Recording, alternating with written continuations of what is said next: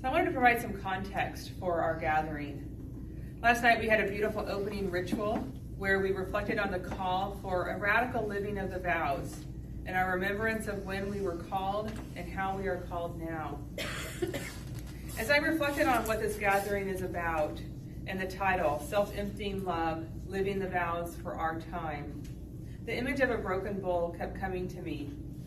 The idea of broken, poured out, water flowing, very similar to the image here on the banner. The vows allow us to break open our lives and to be self-emptied like Jesus. Through this, the vows also allow for great healing for ourselves and for the world. On page 2 of your handout, there is a bowl that has, or an image of a bowl that has been repaired with precious metal. I just love this concept in this image. Many of you probably already know of it. The art of repairing pottery with gold or silver, and understanding that the piece is more beautiful for having been broken. I wonder if this is really what radical living of the vows is about.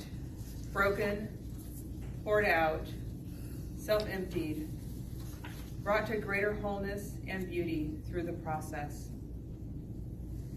It is through this process that what could be a very individual experience, in the sense that I profess vows, moves to the we, becomes greater than our individual selves. The vows are a witness to this and provide a foundation for our identity in the world. Someone took my hand out. I won't name names. So on page 2 of your handout, you have some, along with the bowl here, you have some quotes. I'm going to be referencing those. So what I've just been talking about, our maxims speak to this. And maxim 1, along with a reflection by Marcia Allen. Keep always in mind the aim of your vocation, which is sublime, and never do anything which contradicts the commitment to a life full of modesty. Life full of modesty, gentleness, and holiness. And so Marcia Allen reflects, the aim of total double union.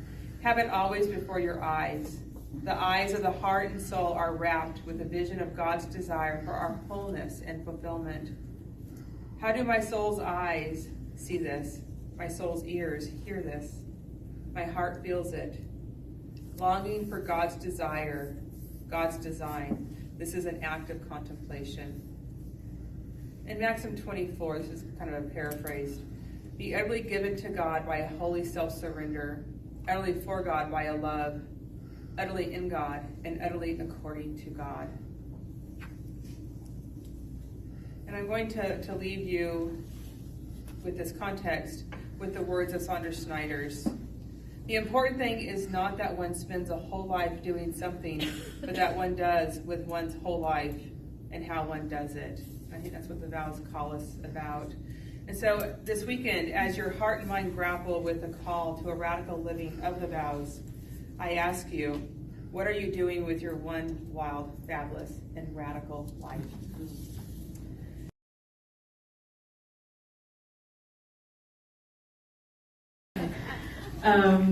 And really thank you, Linda, for the introduction and this morning for the prayer. I can feel that we have brought our generations of daughters and sons of Joseph into the room. So I feel buoyed in that. I also feel very challenged to really speak a truth that is worthy of our heritage. And so what I really would like to acknowledge is that while I might offer some reflections for the next half hour, every one of us in this room could be sharing their experience of the vows, of particularly the vow of obedience. None of us are inexperienced in living this vow. So I just want to acknowledge that. And I also want to acknowledge this. I love, Linda, the kind of moving us from the personal to the communal in that introduction. Because I think what I'd like to focus on, because we all have experience, years of experience of living this vow in a very personal way, what I would like to focus on is just some thoughts and reflections on the social dimension of the vow of obedience and the communal dimension of the vow of obedience. And not because it's something new or it's something that we haven't done, but because of the social context that we find ourselves in today. So I do not need to tell anyone just how untethered our world is today. I think one of the questions that we can ask ourselves is, what do we say to that world? What do we bring to that world? Because the essence of our life is not for ourselves. So consecrated life belongs to the church and it belongs to the world. And I would say that we as Sisters of St. Joseph also belong to the dear neighbor. And so all of our energies, our resources, our passions are not for ourselves. They are for this world in which we are embedded. And this world that is utterly unhinged, on the brink of catastrophic collapse, completely untethered.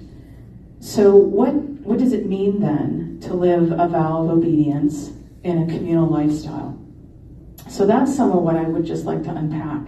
And I just offer some reflections. You have your own reflections.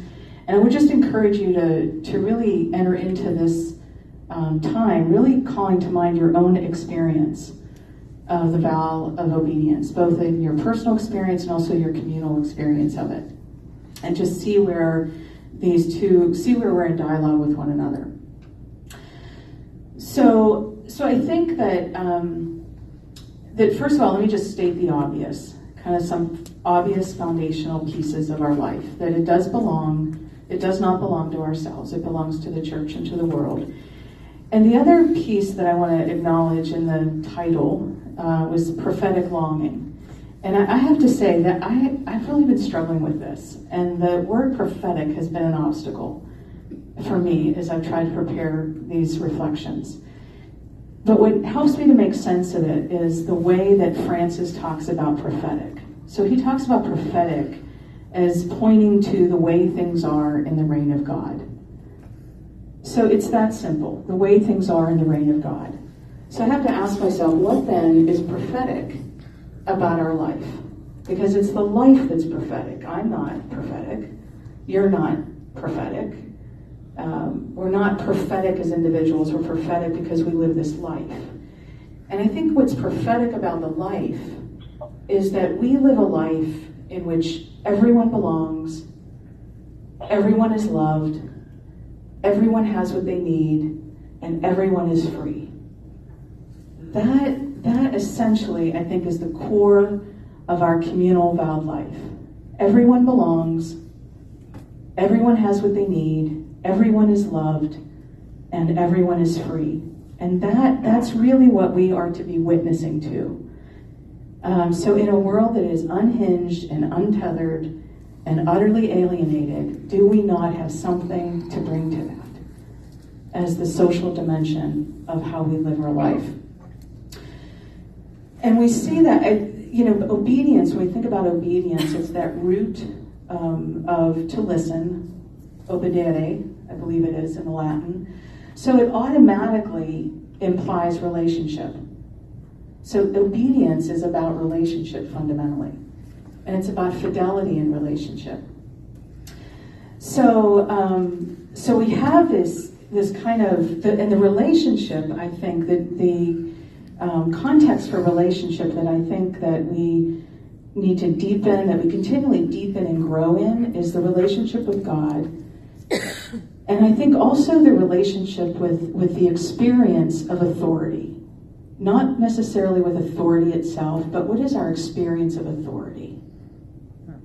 And so relationships either they stagnate or they deepen. And so, we live a life deepening this relationship with God and deepening and unfolding relationship with our experience of authority. And so when you think about, I love this quote at the bottom of page 2. It's Ernest Larkin's comment on the vows. Obedience must not be unthinking, as if there were a certain magic in doing another's will. Obedience is not as an excuse for dependence, for infantile thinking that rejects responsibility. So to vow obedience, I think, is to vow ourselves into relationship and faithful relationship. And our life is a life of self-donation. So I have to have a self to bring to this. So this is not about, and we all know this. This is not about following another's order. This is not about acquiescing. This is not about foregoing myself.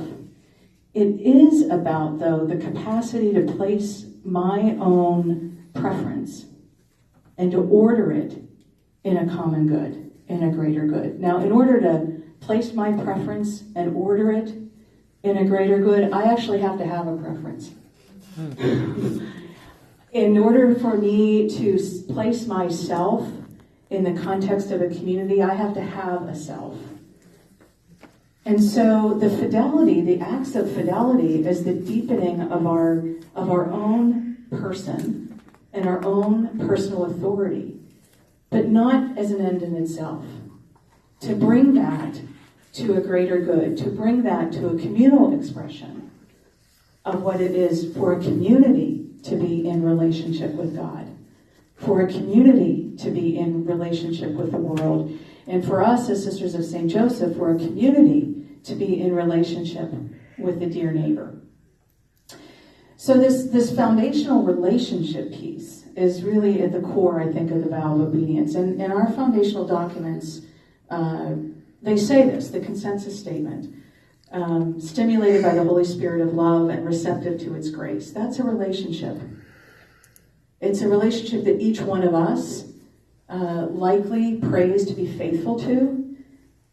And what does that mean for our communities to be faithful to that? To be communities that are inspired by the inspirations of the Spirit and receptive to its grace. What does it mean for our communities to be communities as daughters of Joseph? Eyes open, ears alert, ears attentive, spirit alert. So raise it from the personal to the communal. I think it's Peter Block that speaks of that the time has passed in our culture where individual transformation is going to have an impact. We are now at a time where it's the communal transformation that is going to have an impact.